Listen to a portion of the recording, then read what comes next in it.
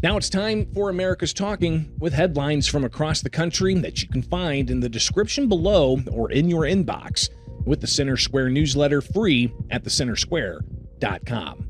A Los Angeles City Council member has proposed allowing non-citizens to vote in local elections.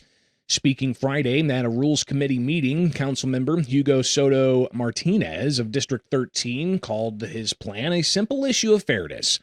The Center Square contributor Chris Woodward reports Soto Martinez, whose district includes Hollywood, Echo Park, East Hollywood, and Atwater Village, said the working hard immigrants pay taxes, but they don't have a right to vote, and it's a story, he said, and is shared by hundreds of thousands.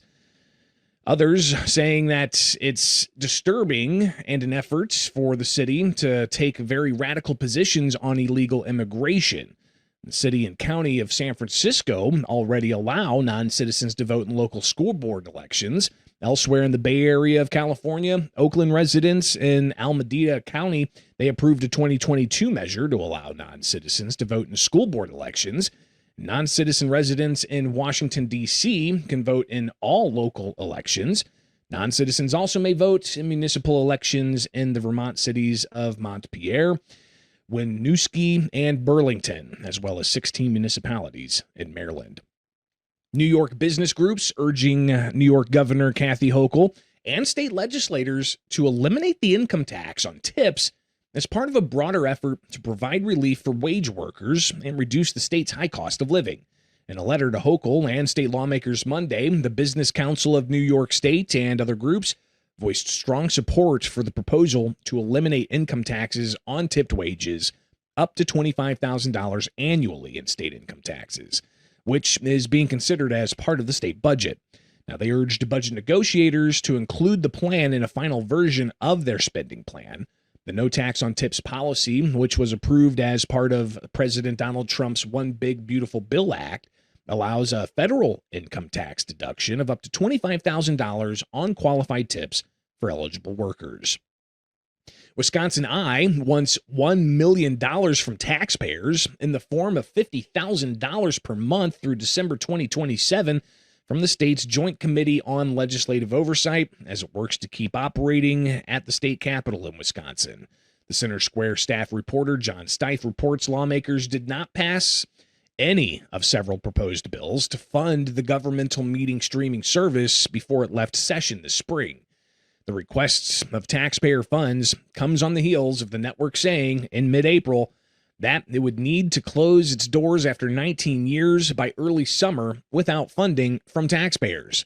WisconsinEye is operating on a limited schedule as it works to raise funds for its current budget after temporarily shuttering and taking its archives offline in December.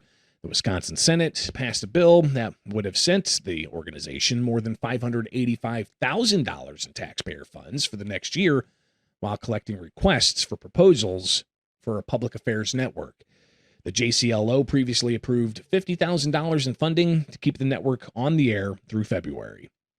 And the Georgia Department of Revenue started sending out $1 billion in special tax refunds approved by legislators earlier this year, according to Governor Brian Kemp. Center Square Regional Editor Kim Jarrett reports that the money comes from the state's surplus.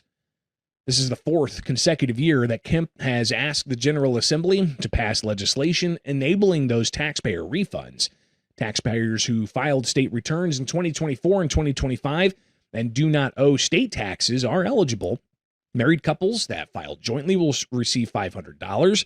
A head of household will receive $375, and single filers will receive $250. The Revenue Department created a web page at dor.georgia.gov where taxpayers can check their eligibility and see the status of their refund. The department is updating the page nightly, according to the website.